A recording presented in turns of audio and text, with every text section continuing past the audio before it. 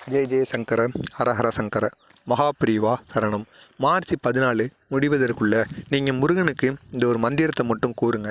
இதனால் மிகப்பெரிய அளவிற்கு உங்களுக்கு நன்மைகள் நடக்கும். முருகனையும் அவங்க அண்ணன் விநாயகரையும் நம்ம வணங்கிட்டு வந்தோம் அப்படின்னா நமக்கு கஷ்டங்களும் பிரச்சனைகளும் எந்தவித தீங்குமே வராமல் இருக்குமா? நம்ம வாழ்க்கையில் நன்மைகள் மட்டுமே நடக்குமா?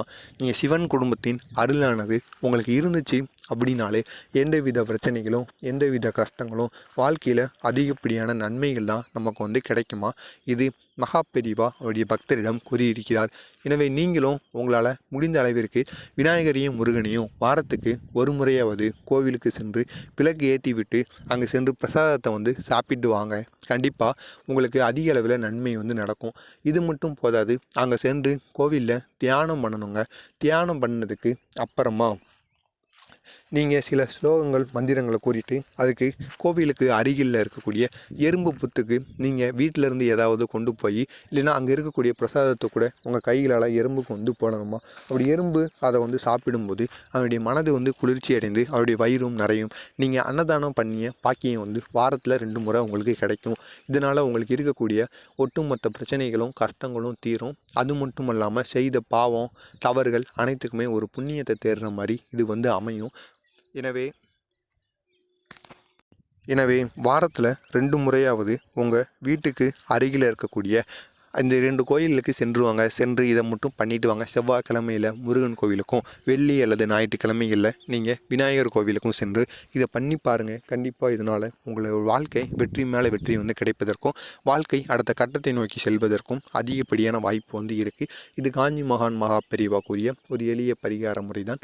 நீங்களும் இதை பண்ணி பாருங்கள். கண்டிப்பாக உங்களுடைய வாழ்க்கையிலையும் மிகப்பெரிய அளவிற்கு அதிர்ஷ்டம் நடக்கும். நீங்கள் நினைத்து பார்க்க முடியாத அளவிற்கு நன்மைகள் கூட இதனால் நடப்பதற்கு அதிகப்படியான வாய்ப்புகள் இருக்குது. இதுக்கு நீங்கள் முருகனை முழு மனதுடன் நினைத்து கொண்டு கூறினா மட்டும்தான் இந்த மந்திரமானது அதிக அளவில் வெற்றியை தரும். முக்கியமாக இதை நம்ம மார்ச் 14 முடிவுறதுக்குள்ளே எதுக்கு கூறணும் அப்படின்னு பார்த்தோம் அப்படின்னா, மார்ச் 14 முருகனுக்கு மிகவும் பிடித்த நாளுங்க. அதனால் இந்த நாளன்று நீங்கள் அருகில் இருக்கக்கூடிய கோவிலுக்கு சென்று முருகனுக்கு அர்ச்சனையோ அல்லனா முருகன் கோவிலில் சென்று வணங்கிட்டாவது இந்த ஒரு மந்திரத்தை மட்டும் நீங்கள் 21 முறையோ 108 முறையோ கூறிட்டு வாங்க. கண்டிப்பாக உங்களுக்கு வெற்றி மேலே வெற்றி நடக்கும். அந்த ஒரு மந்திரம் இதுதான்: ஆறுமுகம் அருளிடும் அனுதினம் ஏர்முகம். இதுதான் அந்த ஒரு ஸ்லோகம்.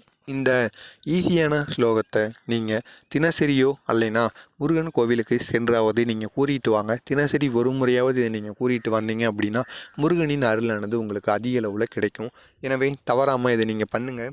உங்களுக்கு தெரிந்தவங்களையும் இதை பண்ண சொல்லுங்கள். மறக்காமல் நம்ம சேனலை மற்றவங்களுக்கும் ஷேர் பண்ணி இந்த வீடியோவையும் அவங்களுக்கும் ஷேர் பண்ணி உறவினர்களையும் நண்பர்களையும் பண்ணிட்டு வர சொல்லுங்கள். ஏதோ உங்களால் முடிந்த ஒரு உதவியாக அவர்களுக்கு இருக்கட்டும். நன்றி, வணக்கம்.